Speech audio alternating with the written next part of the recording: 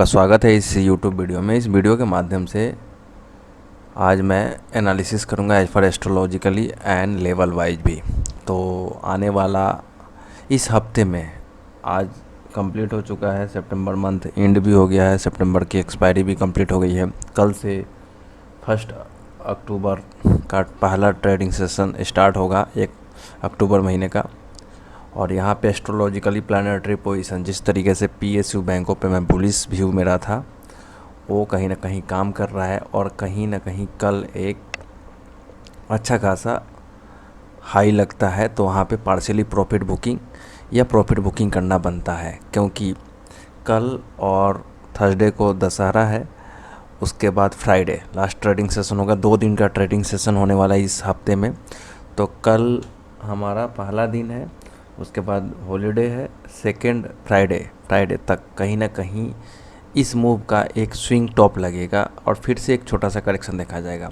तभी बाज़ार पिछले फ्राइडे के लो के आसपास है। मेरे हिसाब से कल और फ्राइडे तक 200 से 300 पॉइंट का एक तेज़ी आना चाहिए। जैसे लेवल वाइज मैं बात करूँगा, लेवल वाइज जैसे हमारी बात हुई थी कि 649 650 एक स्ट्रॉन्ग सपोर्ट है, इसी के लेवल के आसपास ऊपर नीचे कर रहा है। 609 नहीं कट पा रहा है ऊपर, 688 के ऊपर की क्लोजिंग नहीं हो पा रही है, इसके बीच में चल रहा है। और 727 24,727 जैसे ऊपर की तरफ क्लोज करेगा, ये ज़ोर से मेरे हिसाब से 24,964 तक का हाई लग जाना चाहिए कल या फ्राइडे तक का टाइम है। कल नहीं भी लगे 300 पॉइंट की रैली तो यहाँ से मुश्किल है, लेकिन असंभव नहीं है। तो फ्राइडे तक का टाइम है, फ्राइडे तक हम कहीं ना कहीं 24,964 के आसपास देखेंगे।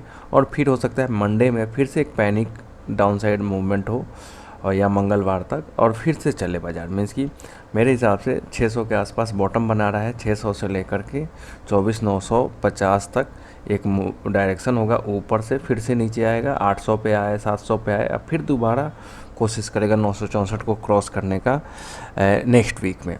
तो सबसे पहले अप स्विंग होगा, फिर एक छोटा सा करेक्शन होगा, अब फिर ब्रेक करेगा जो भी हाई लगेगा इस मूव का फ्राइडे तक, उस मूव का ऐसा व्यू है। लेकिन फ्राइडे तक हमें प्रॉफिट बुक करना चाहिए और नेक्स्ट गिरावट में फिर से बाइंग अपॉर्चुनिटी ढूंढना चाहिए उन शेयरों में जैसा मेरा लॉन्ग टर्म जिस पे व्यू है, जैसे PSU power sector, PSU banking, इनमें खतरा नहीं है।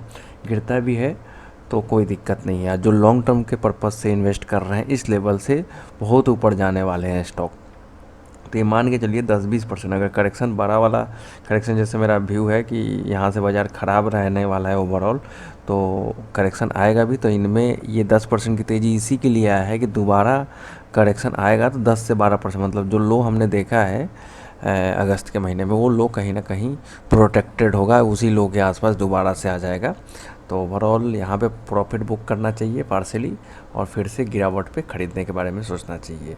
PSU बैंकों में ज़्यादातर, PSU पब्लिक सेक्टर में, लेकिन जिसका शॉर्ट टर्म व्यू है अवॉइड करना चाहिए, शॉर्ट टर्म व्यू अवॉइड करना चाहिए, और जिसके पास है उसको प्रॉफिट बुक करना चाहिए, जो भी खरीद बेच कर अपने फाइनेंशियल एडवाइजर से राय लेकर के।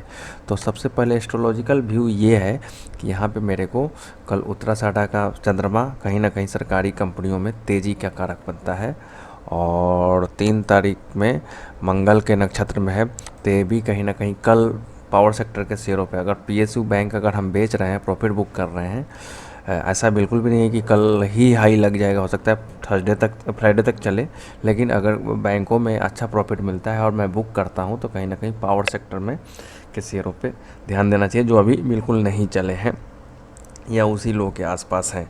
तो उनमें कहीं ना कहीं शुक्रवार को टॉप बनते हुए दिखेगा, और ऐसा बिल्कुल भी नहीं है कि टॉप बन जाएगा, फाइनल टॉप बनेगा, थोड़ा सा गिरावट आएगा फिर चलेगा। ओवरऑल ये है कि स्विंग ट्रेडिंग के पर्पज़ से यहाँ पे PSU पावर सेक्टर और PSU कंपनियों में तेज़ी देखी जाएगी। उसके अलावा कोई दूसरे सेक्टर के शेयर हैं, उनमें भी तेज़ी देखा जाएगा कल और फ्राइडे तक एक स्विंग रिवर्सल आएगा। मीन्स कि जो भी गिरावट हुआ है उसका नीचे 38% रिट्रेसमेंट, 23% रिट्रेसमेंट आना चाहिए। मीन्स 23% रिट्रेसमेंट का मतलब 23% नहीं, मीन्स कि चार्ट पे जो भी जैसे 100 रुपये गिरा है तो 23 रुपये रिकवर करेगा मिनिमम, ऐसा लगता है।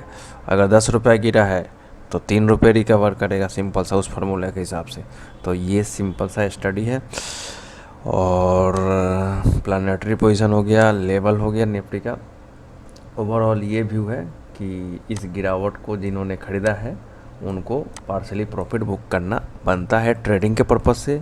पोजिशनल जिसके पास पोजीशन है वो, जैसे पिछले 2 महीने से मैं बोल रहा था, पीएसयू कंपनियों को लेना चाहिए, पीएसयू बैंकों को लेना चाहिए, उनमें भी पार्शली प्रॉफिट बुक करने का मौका है।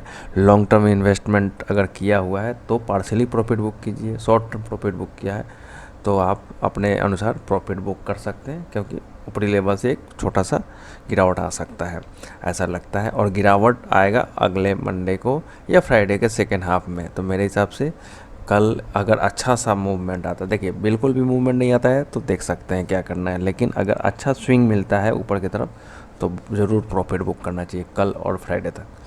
तो ये सिंपल सा अपडेट था। सोचा हमने कि वीकडे में एक वीडियो बनाए। मैं कोशिश करूँगा हफ्ते में एक संडे को और वीकडे में बुधवार को या मंगलवार को वीडियो बनाने का, जिससे कि बीच के पोजीशन और इस तरीके का जब रिवर्सल होगा या क्या करना है उसके लिए भी मैं वीडियो बनाने की कोशिश करूँगा। तो हफ्ते में 2 वीडियो जरूर देने की कोशिश करूँगा। मिलते हैं नेक्स्ट वीडियो में, तब तक के लिए thank you, thanks for watching this video.